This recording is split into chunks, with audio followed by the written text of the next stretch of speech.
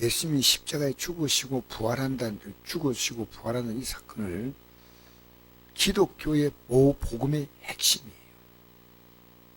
근데 정말 안타까운 것은 제 아들은 3년 동안 예수님을 따라다니면서 근데 못 알아듣는 거예요. 그럼 그게 그 시대 얘기일까요? 아니요. 우리 시대 얘기입니다. 예수님과 숙식을 같이 하면 3년을 있으면서 메시지를 듣고 기적을 보고 다 했지만 안 믿는 데는 답이 없습니다. 그래서 예수님께서 십자가에 죽으시고 난 다음에 할 때 제 아들은 불안했습니까? 평안했습니까?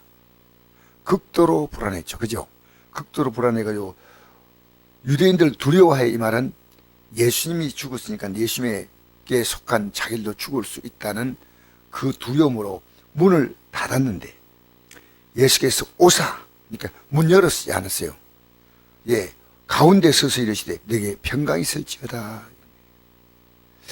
왜 너희가 지금 평안이 없느냐는 겁니다.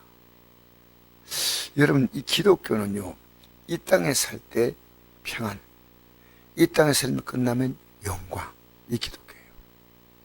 만약 내가 지금 평안하지 않다는 것은요, 이 세상의 삶의 가치에 묶여서 죄종으로 끌려가고 있다는 겁니다.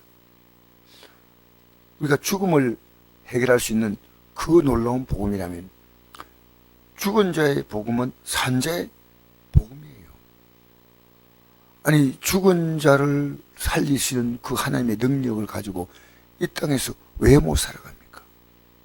평강이 있을지어다. 그래서 우리는 예수님의 이름으로 기도하지 않습니까? 그 예수님의 이름이 뭐냐 하면 우리를 죄에서 구원하실 이름이에요. 마태복음 1장 20절 보니까 그 이름을 예수라라. 이는 그가 자기 백성을 그들에게 위해서 구원할 자이심이 있습니다. 자, 예수를 구원하신 그 이름은 이 땅의 모든 문제를 해결하는 기도의 핵심이에요. 예수님의 이름의 기도가요, 이 땅의 어떤 문제도 다 평안으로 해결합니다.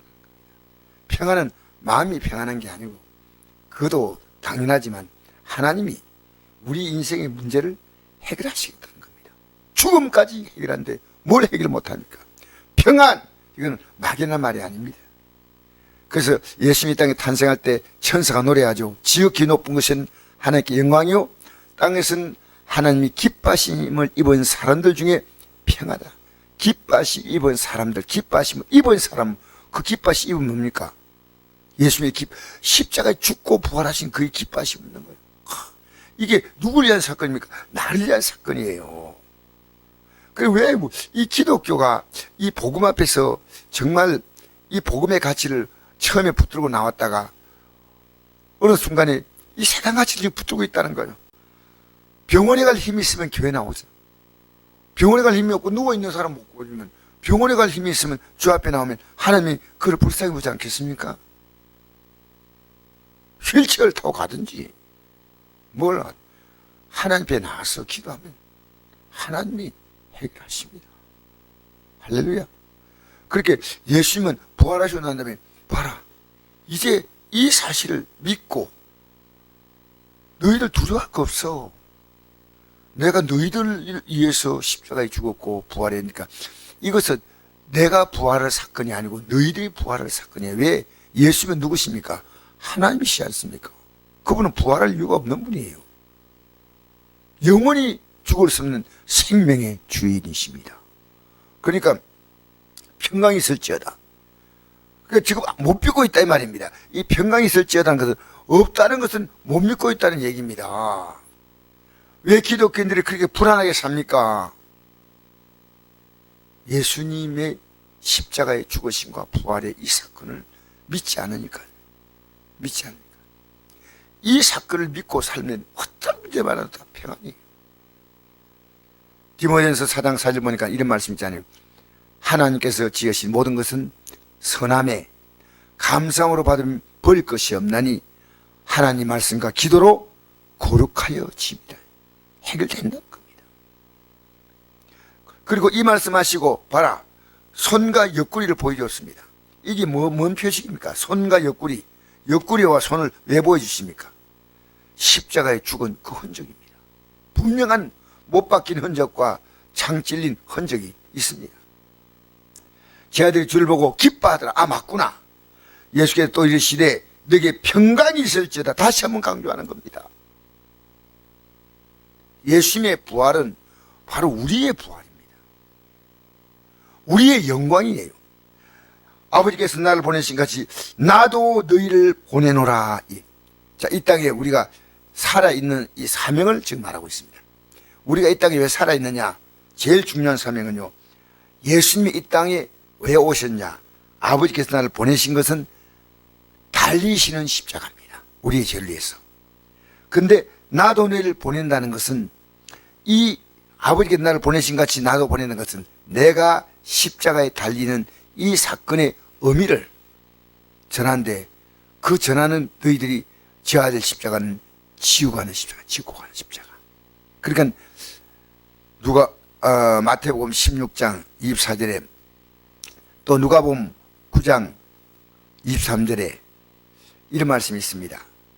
아무니 나를 따라오려거든 날마다 자기를 부인하고 자기 십자가 지고 나를 따라야 하지 않습니까? 그 십자가 지고 따르는 게 뭔지 압니까? 우리는 이 복음을 전하는 겁니다. 나도 너희를 보낸다. 그리고 이 땅에 그리스도인은요, 이 십자가의 공로를 받은 자는요, 그냥 살아있는 게 아니에요. 그 뒤에 나오지 않습니까? 이 말씀하시고 그들 향하사 숨을 내쉬며 이르시되 성령을 받으라. 너희가 누구의 죄든지 사하면 사해질 것이요 누구의 죄든지 그대로 되면 그대로 있으리라 하시니라. 이 뭔 말입니까? 이 죄는 우리가 살 권세가 있는 게 아니고 십자가의 복음을 전하면 그가 회개하면 죄가 사함받고, 내가 회개하지 않으면 그대로 있는 겁니다. 얼마나 중요합니까? 내가 이 복음을 모르는 자에게 복음을 전해야 됩니다. 우리가요, 이 예수 믿는 가치가요, 예수 믿으면 이 땅의 삶을 하나님이 평안을 주신다는 겁니다. 우린 지금 푸틴이 우크라이나에다가 지금 무기를 공격하고 있을 때 보면 불안하지 않습니까? 아니요. 이 하나님의 놀라운 계획 가운데 모든 게 움직이고 있습니다. 왜 그걸 모르시나요? 우리 하나님의 뜻이 없이 이루어지는 게 있을까요? 여러분, 요업이 고난받는 것도, 요업의 고난을 만드는 것도 누구냐면 사탄이죠. 근데 사탄을 누구의 허락을 받습니까? 하나님의 허락을 받는 거예요. 마귀가 마음대로 설친다고요. 하나님의 제한된 영역 속에서 믿는 백성을 거기서 하나님은 그걸 통해서 믿음을 강하게 만들지만, 믿음이 잘못된 자는 그걸 통해서 모든 것을 믿음을 포기하게 됩니다.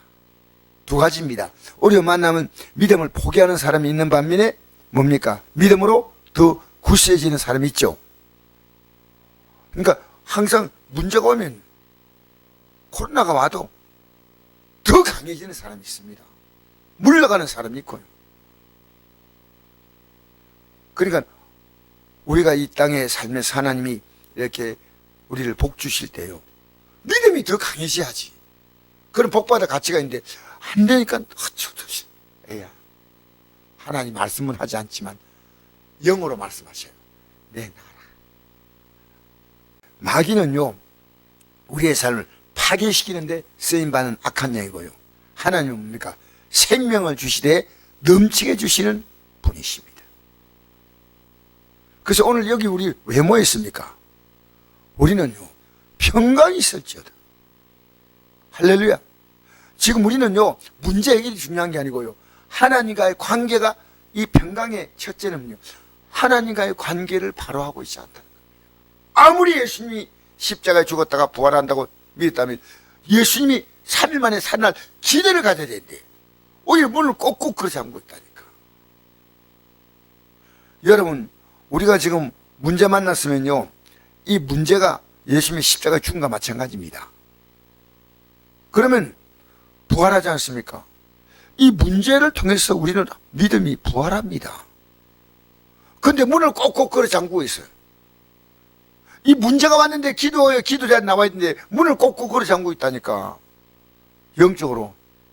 집에서 달려 나왔어. 여기서 기도하면 참 좋을 것 같다 생각합니다. 할렐루야. 그러니까 여러분, 우리 예수 믿으면요, 우리 어머니가 강조한 말씀이 있습니다. 금세 안식 내세 복락. 우리 어머니가 공부를 많이 하지 않으신 분이, 진짜 공부를 많이 하지 않다는 게 아니라 공부를 하지 않으신 분인데 어떻게 그 문자를 하시더라고요. 금세 안심, 안심이 평안이거든요. 내세 복락. 기독교가 뭔지 아느냐? 금세 안심이요 내세 복락이다.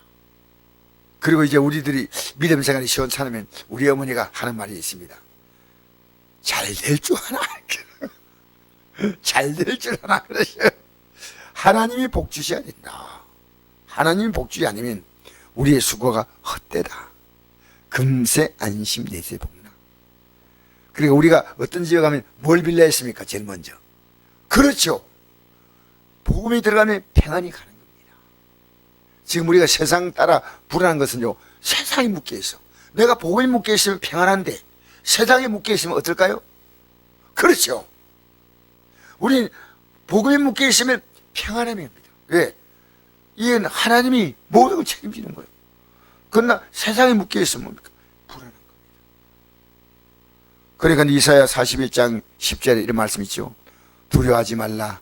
내가 너와 함께함이라. 놀라지 말라. 나는 내 하나님이라. 내가 참으로 너를 도와주리라. 참으로 나의 어려운 오른손으로 너를 붙들리라. 할렐루야. 오늘 이 밤에 해결해 달라는 간것보다 더 중요한 건 지금 내가 왜 평안하지 않냐. 세상 붙잡고 있는 흉화의 결박을 딱 끊어버려야 돼. 왜 거기 끌려갑니까? 우리가 여기 묶여 있는 거 믿음으로 그 끊고 하면 저절로 되는데 우리 스스로가 묶여 있는 거예요. 죄를 짓냐마다 죄의 종이 됐죠. 그러니까 우리가 오늘 이 저녁에 기도하는 것은 뭡니까? 내가 묶여 있는 죄의 결박을 끊는 겁니다. 할렐루야. 묶여 있는 결박을 끊는 겁니다.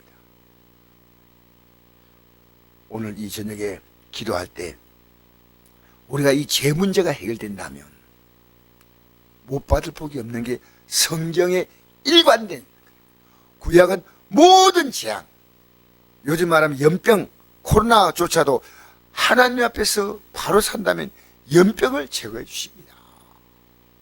그 모든 복은 그냥 오는 복이 없고요, 모든 재앙은 그냥 오는 재앙이 없습니다. 불신자야 어떻게 하든지 하나님은 그냥 두시만. 악한 자는 악한 날이 적당히 지으셨지만 믿는 자는 하나님과의 관계에서 지금 나를 세워야 되고 하나님과의 관계 속에서 우리가 분명해져야 됩니다. 오늘도 이 저녁에 우리 기도하면 우리의 모든 흉악의 결박은 끊어지고 평안이 넘치는 시간 되며, 마음의 평안이 온다는 것은 우리 억지로 오지 않습니다. 주님이 주셔야 평안한 겁니다. 주님이 주지 않으면 안 돼요. 그러면 주님께서 그 다음에 하시는 겁니다. 할렐루야. 오늘 이 밤에 평안을 얻기를 주의 이름으로 축복합니다.